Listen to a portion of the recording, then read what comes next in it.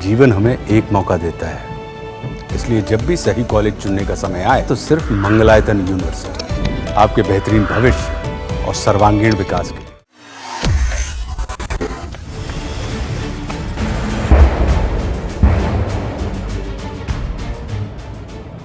Cambodia Thailand विवाद पर लगातार कई अपडेट सामने आ रहे हैं। बॉर्डर से भयावह तस्वीरें सामने आ रहे हैं, फायरिंग हो रही है, लेकिन इसी बीच अब एंट्री हो गई है पाकिस्तान की।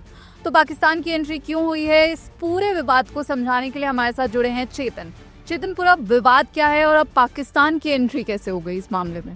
देखिए, जिस तरीके से एक नई जंग कहा जा रहा है, उसकी शुरुआत हो सकती है। हालांकि ये जो विवाद है, ये कोई अभी नया विवाद नहीं है, बेहद पुराना विवाद है। उसके बारे में हम वीडियो में आगे बात करेंगे, बताएंगे। लेकिन उससे पहले जिस तरीके से आपने शुरुआत में कहा कि तस्वीरें बहुत ज़्यादा ख़तरनाक हैं और फायरिंग सुबह से जो है वो चल रही है, बहुत ज़्यादा स्थिति वहाँ पर तनावपूर्ण बनी हुई है, जो एक्सपर्ट्स कह रहे हैं या फिर जो खबरें वहाँ से निकलकर लगातार सामने आ रही हैं। पाकिस्तान की एंट्री हुई है क्योंकि पाकिस्तान से एक बड़ी मदद मांगी गई है। अब पाकिस्तान से क्यों मांगी गई है? क्योंकि पाकिस्तान इस वक्त यूएनएससी यानी कि सिक्योरिटी जो काउंसिल है यूएन का, उसकी अध्यक्षता कर रहा है। 1 महीने की अध्यक्षता उसके पास है। यूएनएससी से कंबोडिया ने चिट्ठी लिखकर एक मदद की मांग की है और कहा है कि जल्द से जल्द इसको लेकर एक बैठक जो है वो बुलाई जाए।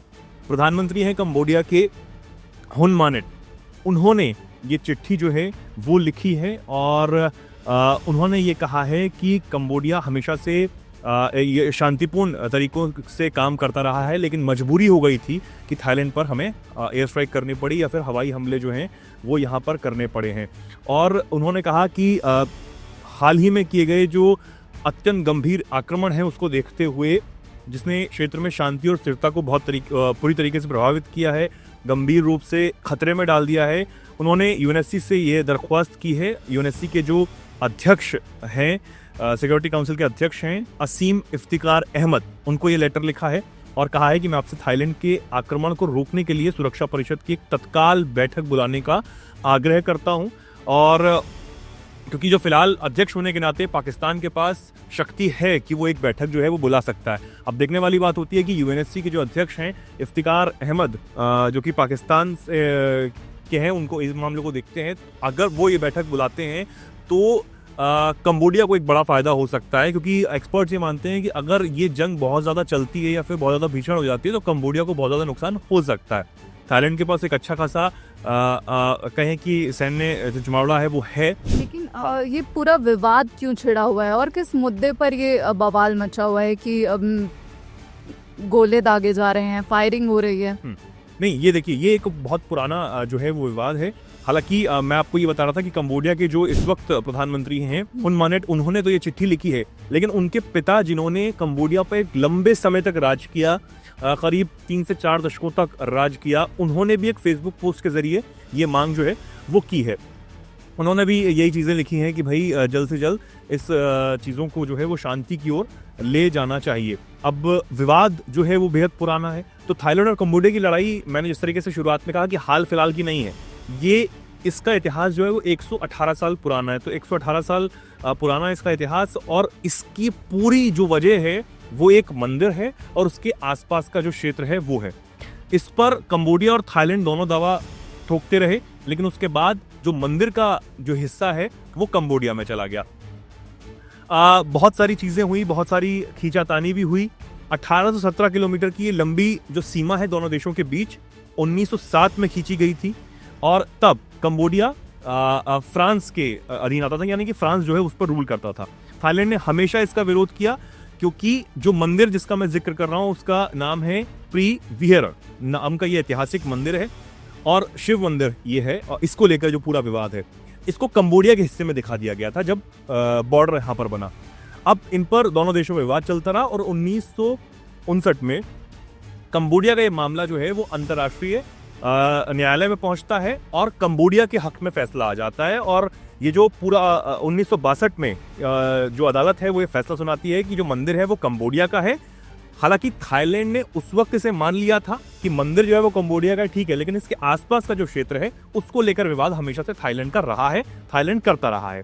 लेकिन ये विवाद और ज्यादा तब बढ़ गया जब 2008 में कंबोडिया ने इस मंदिर को यूनेस्को की वर्ल्ड हेरिटेज जो साइट है उसमें शामिल कराने की भरपूर कोशिश की। अब उस मांग को भी मान लिया गया, उसको भी मान्यता मिल गई, लेकिन दोनों देशों की जो सेनाएं हैं वो एक बार फिर बॉर्डर पर आती हैं और तब भी झड़प होती है, तब भी बहुत सारा नुकसान जो है दोनों देशों का होता है। 2011 में तो ये हालात बिगड़ गए कि हजारों लोगों को अपना घर छोड़ना पड़ा, जो अभी भी तस्वीरें सामने आ रही हैं, क्योंकि कहा यह जा रहा है कि थाईलैंड ने अपनी सीमा से सटे जो गांव हैं उनमें से करीब 40,000 लोगों को दूसरी जगह शिफ्ट करने का काम जो है वो लगातार अभी इस झड़प के बाद, जो अभी झड़प शुरू हुई है उसके बाद किया है। तो 2011 में अंतर्राष्ट्रीय न्यायालय ने अपने फैसले में थाईलैंड और कंबोडिया को विवादित क्षेत्र से सैनिक हटाने का आदेश दे दिया। 2011 की ये बात है। फिर 2013 में फिर से ये साफ किया गया जो मंदिर और उसके आसपास का क्षेत्र है वो पूरा कंबोडिया का है। लेकिन ये सब कुछ जो पूरा मुद्दा है ये कभी हल हो ही नहीं सका, इसलिए आज तक ये झड़प चलती आई। और हमने पिछले दिनों खबर मैंने आपके साथ ही की थी सोनम, आपको याद होगा कि जब प्रधानमंत्री थाईलैंड की शिनेवात्रा उनको पद से हटा दिया गया था, बर्खास्त कर दिया गया था कोर्ट के आदेश पर, क्योंकि वो दुश्मन देश कंबोडिया जो हैं उनके एक नेता के साथ फोन पर बात कर रही थी और आरोप उन पर ये लगे कि उन्होंने उस फोन पर बातचीत में अपने देश थाईलैंड के जो सेना प्रमुख हैं उनकी आलोचना कर दी थी। वो फोन कॉल जो है वो लीक हो जाता है और उसके बाद देश में गुस्सा भड़क जाता है। अब देश में गुस्सा इसलिए भड़क जाता है क्योंकि थाईलैंड में सेना का बहुत ज़्यादा प्रभाव माना जाता है, इसलिए गुस्सा जो है भड़क जाता है कि आप दुश्मन देश के नेता के साथ इस तरीके से आलोचना जो है वो कर रही हैं, इस तरीके से बातचीत भी कर रही हैं। तो उनको हटा दिया जाता है। उन्होंने इस बात को माना भी था, शर्मिंदगी महसूस की थी, बहुत सारी बातें निकलकर सामने आती हैं, फिर थाईलैंड के प्रधानमंत्री जो है वो बदले जाते हैं। लेकिन ये पूरा विवाद इस बीच चल रहा है जब थाईलैंड में एक तरफ राजनीतिक उठापटक भी है और दूसरी तरफ सीमा पर विवाद जो है बढ़ता जा रहा है।